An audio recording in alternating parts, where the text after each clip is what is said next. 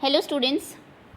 So students, in this video today we are going to do a quiz of class 5th English poem class discussion.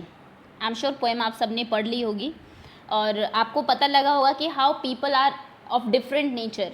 लोग किस तरीके से अलग nature के होते हैं. ज़रूरी नहीं है हर कोई बहुत बोलता हो.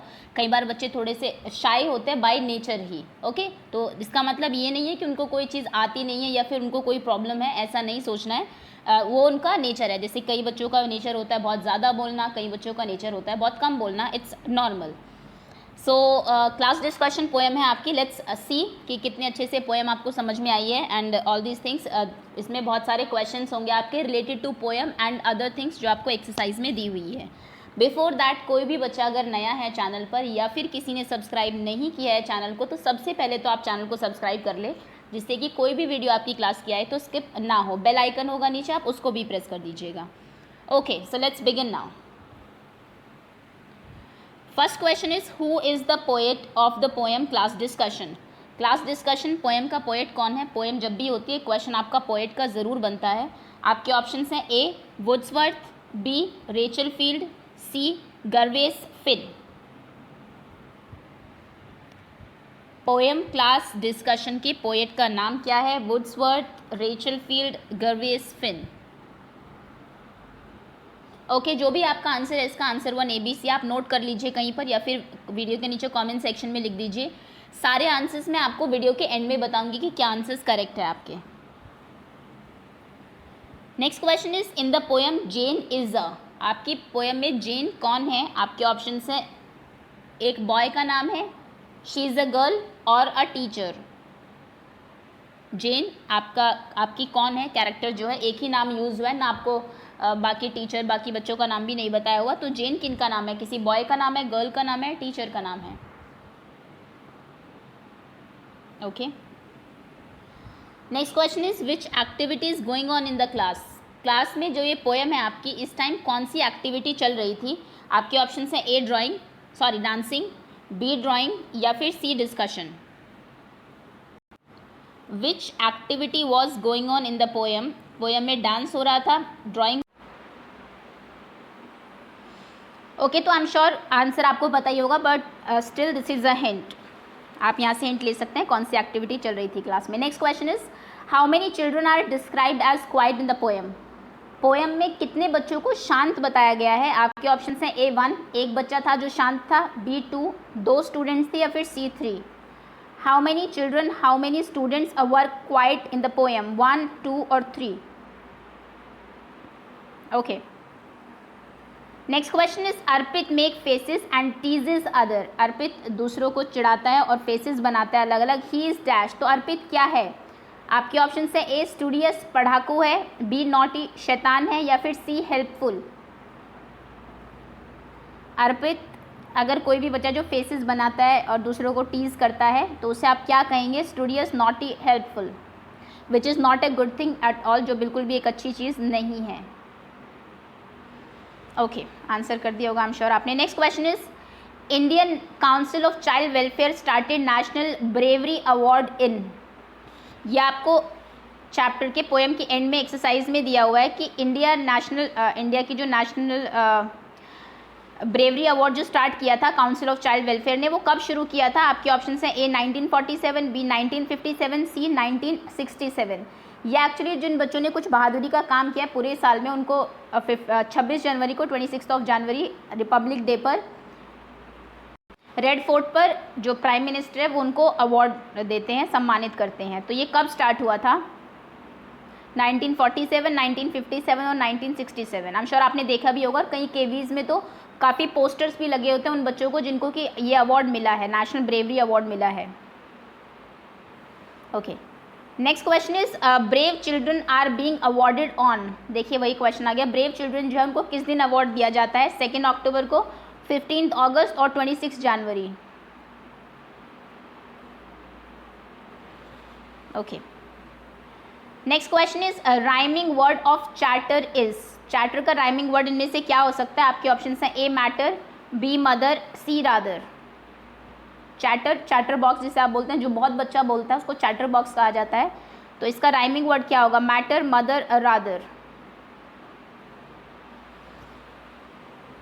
Next question is when Jane replied her voice was, जब टीचर उससे पूछती है कि जेन तुम इतनी क्वाइट क्यों हो, इज देयर एनी प्रॉब्लम, तो जेन रिप्लाई करती है कि कुछ बच्चे बाय नेचर ही ऐसे होते हैं, कोई प्रॉब्लम नहीं है। तो वो उसकी वॉइस कैसे होती है उस टाइम, क्लियर एंड हाई, तेजी से बोलती है, बिल्कुल साफ बोलती है, फिर क्लियर एंड लो, क्लियर तो होती है लेकिन आवाज़ कम होती है, फिर लाउड, वो चिल्ला के बोलती है ऐसा लाउडली।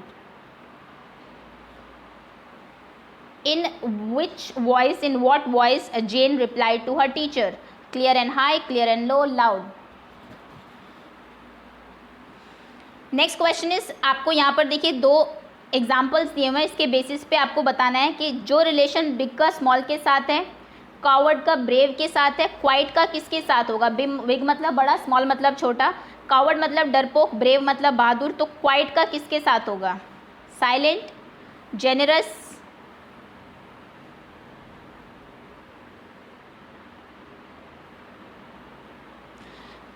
साइलेंट, जेनरस या फिर चैटरर। ओके, आई एम श्योर आपको पता होगा ये कैसे वर्ड है, ऑपोजिट है, सिनोनिम है या फिर क्या है, तो वही रिलेशन आपको क्वाइट का बताना है। Next is why was she quiet, Jane इतनी शांत क्यों थी।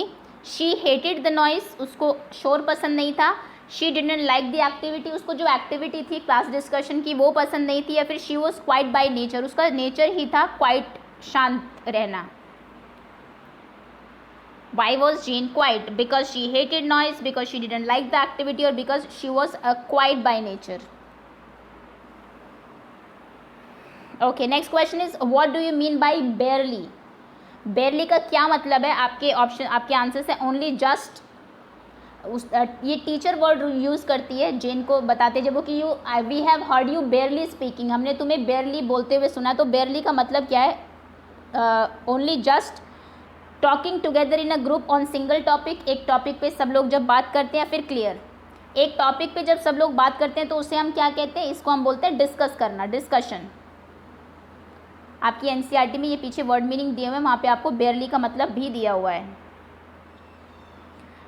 ओके, आंसर कर दिया होगा आपने, इसका आंसर आपको वीडियो के एंड में मिल ही जाएगा। Next question is which of the following word describe the nature of someone, इनमें से कौन सा एक वर्ड है जो किसी के नेचर को डिस्क्राइब कर सकता है, किसी का स्वभाव हो सकता है। केयरलेस, जो किसी की चिंता नहीं करता।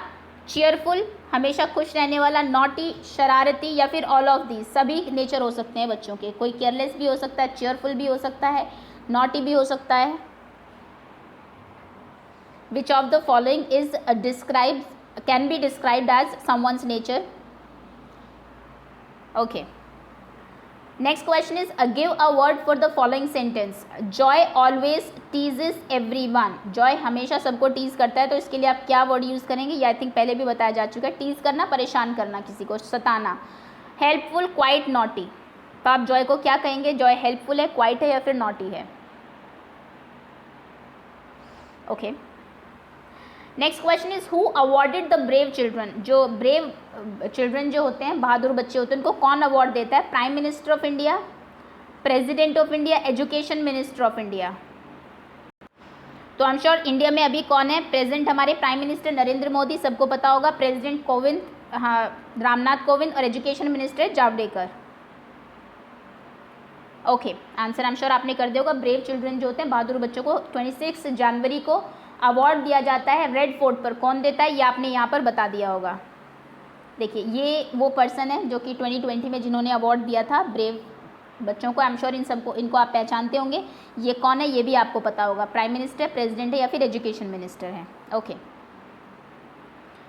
Next question is children who honoured with bravery award ride on which animal on the Republic day parade. ये पहले था एक्चुअली, आजकल तो कार में ही आते हैं, लेकिन जनरली जो ब्रेव बच्चे होते हैं, बहादुरी का काम जिन्होंने पूरे साल में किया होता है, उनको रेड फोर्ट पे जब अवार्ड दिया जाता है तो वो किस एनिमल के ऊपर बैठ कर आते हैं। आपके ऑप्शन से ए हॉर्स, घोड़ों पर बैठ के आते हैं, B camel, C elephant. Horse, camel, elephant. Okay, picture दिखा देते हैं। देखिए, ये 26 जनवरी की पिक्चर है और ये वो कुछ बच्चे हैं जिनको ब्रेवरी अवार्ड मिला है 26 जनवरी को। तो किस एनिमल के ऊपर बैठे हुए हैं ये आपको पिक्चर से पता लग ही रहा होगा। Next is opposite of brave. Brave का ब्रेव मतलब बहादुर, इसका ऑपोजिट क्या होगा। आपके ऑप्शन हैं A coward, B beautiful, C naughty. Brave का ऑपोजिट कॉवर्ड, ब्यूटिफुल, नॉटी।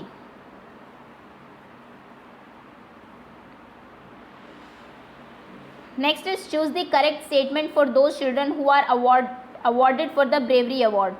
इनमें से कौन सा एक करेक्ट स्टेटमेंट होगी उन बच्चों के लिए जिनको ब्रेवरी अवार्ड मिलता है? फ्री स्कूल एजुकेशन मिलती है उनको, कैश प्राइज मिलता है, a certificate from prime minister, या फिर ऑल ऑफ दी अबव, सभी चीज़ें मिलती है। जिन लोगों को ब्रेवरी अवार्ड मिलता है उनको क्या फैसिलिटीज़ दी जाती है? उसके बाद गवर्नमेंट ऑफ इंडिया की तरफ से फ्री स्कूल एजुकेशन, किसी भी वो स्कूल में पढ़ेंगे फ्री एजुकेशन होगी, गवर्नमेंट फीस देगी, कैश प्राइज भी मिलता है, एक सर्टिफिकेट मिलता है प्राइम मिनिस्टर की तरफ से, फिर सभी चीज़ें मिलती है। ओके, आंसर कर दिया वो। तो मैं बताना चाहती हूँ आपको, रुक जाओ, ये मुझे लगता है कॉन्सेप्ट आपको क्लियर होना चाहिए।